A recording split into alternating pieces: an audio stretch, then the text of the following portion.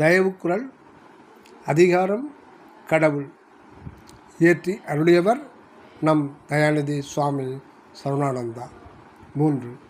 உள்வடிவம் தன்வடிவாய் ஓவற்று இலங்க மேல் கொள்வடிவம் போமே குலைந்து. உள்வடிவம் தன்வடிவாய் ஓவற்று இலங்க மேல் கொள்வடிவம் போமே குலைந்து. அகத்திலே உள்ள கடவுள் வடிவம் நிலைத்து இருக்கின்றது. அகத்திலே உள்ள கடவுள் வடிவம் நிலைத்து இருக்கிறது.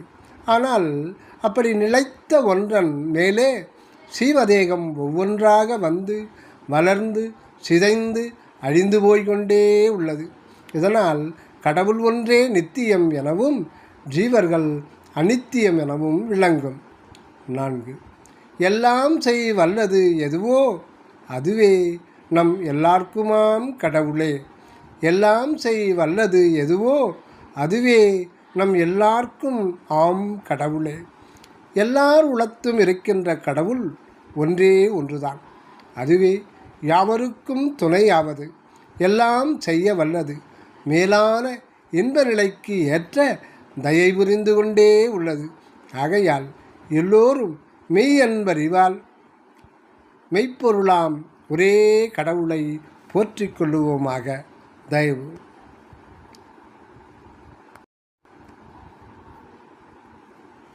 தயவுக்குரல் சுவாமி சரவணானந்தா. அதிகாரம் கடவுள்.